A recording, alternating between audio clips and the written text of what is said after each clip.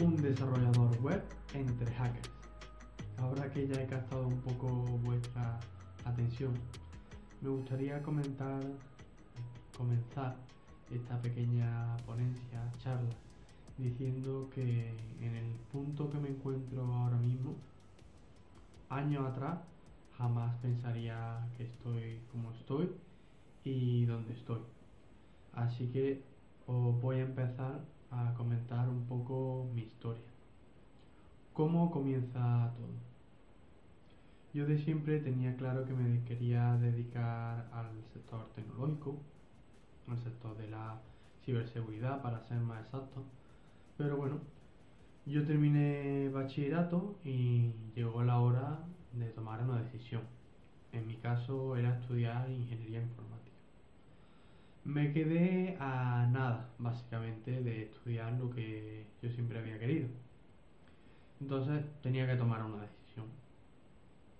Decidí hacer otra carrera, en este caso electrónica, y la verdad que no me gustó nada, no me gustó nada. Pero bueno, ese año fue para saber que la universidad no era para mí en ese momento y me saqué el carnet de coche, que mira, nunca viene mal.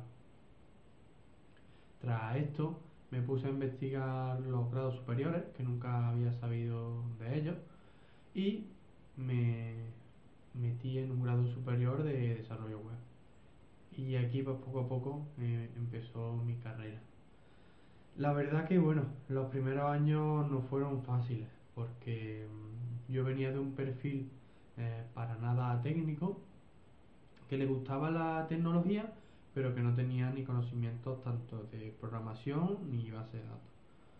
Entonces estas fueron las principales asignaturas que más me costaron. Tras varios años y mucho esfuerzo y trabajo, conseguí terminar el grado superior de desarrollo web y tuve la oportunidad de realizar las prácticas en una empresa de Córdoba en el área de ciberseguridad IA365. Es una empresa un poco de un ámbito más nacional, pero bueno, me dio esa oportunidad de meter la cabeza en este sector de la ciberseguridad y poco a poco ir mejorando en mi carrera profesional. Tras esto, tuve la oportunidad también de estar en Entelgy Innotech Security, en este caso en un ámbito un poco más internacional, en el equipo de ciberinteligencia, que es donde me encuentro actualmente. Antes de seguir, quiero hacerle una pregunta a mi yo del pasado. Aquí podéis ver una serie de palabras que me acompañaron y me acompañan a lo largo de mi carrera profesional, que son las siguientes: interés, paciencia, esfuerzo y aceptación. Interés, bueno, yo creo que está claro. Si realmente no te gusta lo que estás haciendo y le pones un poco de interés a este sector y a cualquiera en general, yo creo que es bastante difícil. Paciencia viene de la mano de la anterior.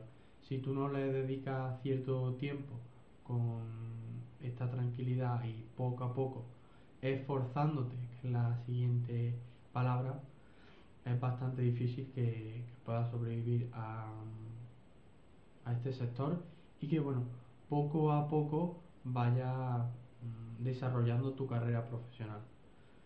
Y para finalizar, aceptación viene unida con las anteriores. Si realmente tú no aceptas todo esto, que es una carrera que va a estar cambiando a lo largo del tiempo, y no eres capaz de aceptar esta serie de factores que pueden influir en tu desarrollo profesional, pues contra antes lo aceptes, eso que te lleva.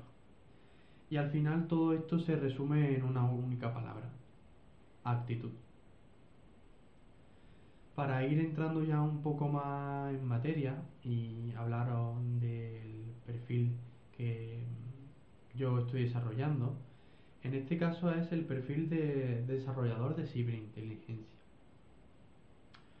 ¿Qué diferencia hay entre un desarrollador web o cualquier otro desarrollador y un desarrollador de ciberinteligencia?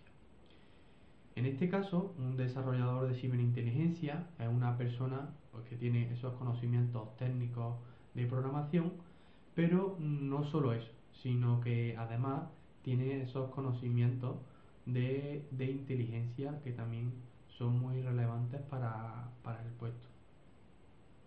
Aquí, en este caso, hago referencia al ciclo de inteligencia, en este caso del CNI, del Centro Nacional de Inteligencia.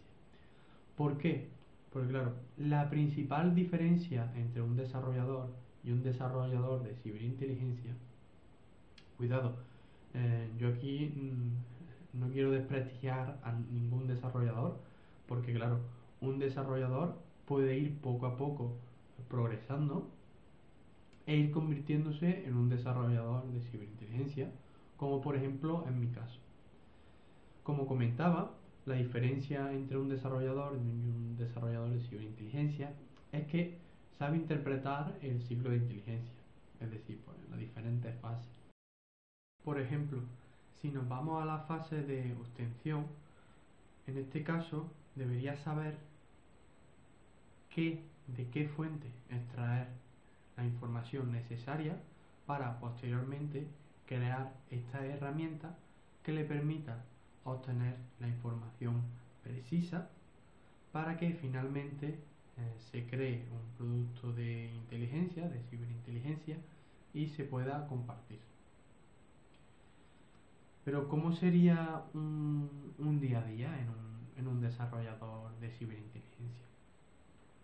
En este caso, crearía diferentes herramientas para automatizar estos procesos y finalmente obtener este producto de ciberinteligencia.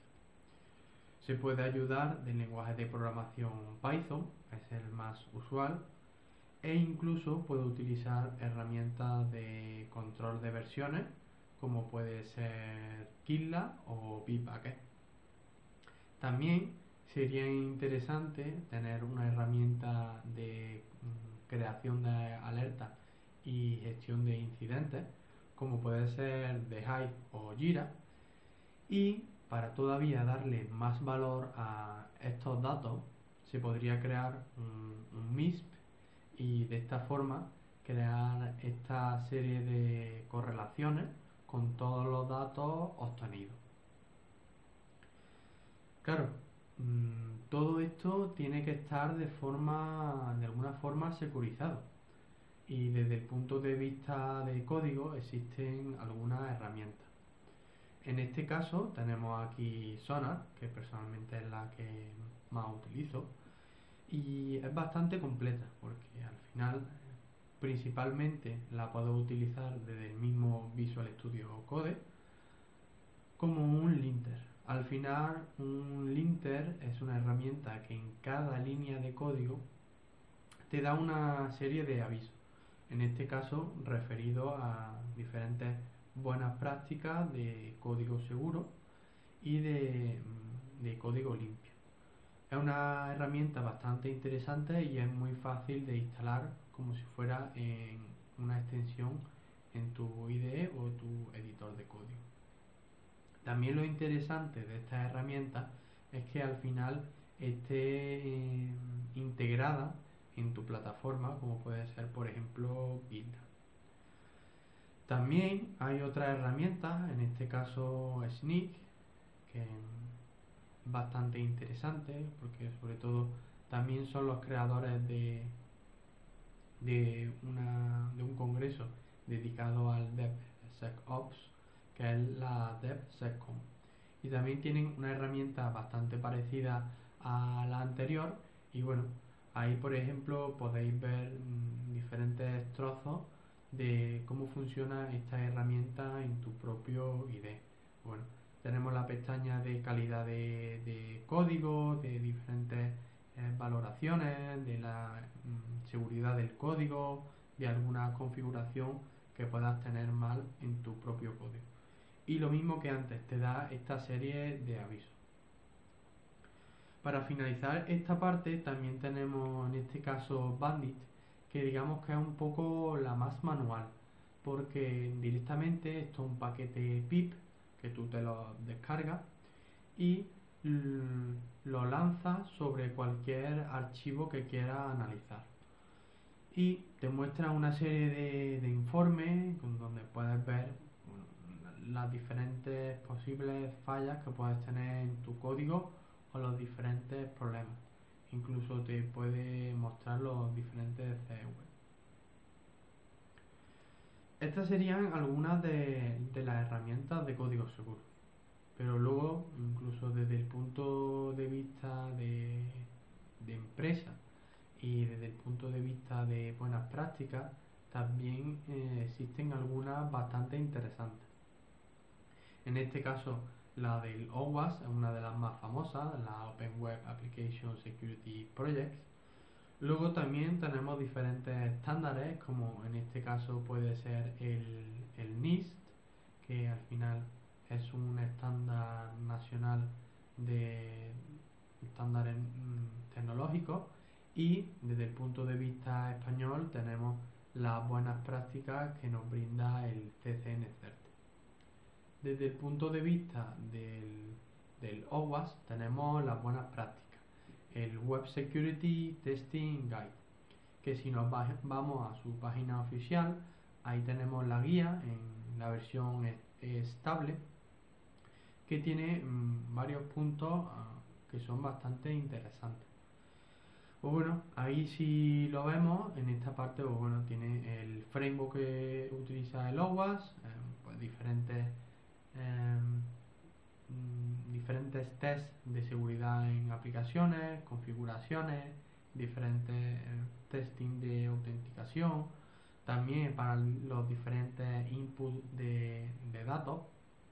Y bueno, al final son una serie de buenas prácticas bastante relevantes a utilizar en cualquier proyecto.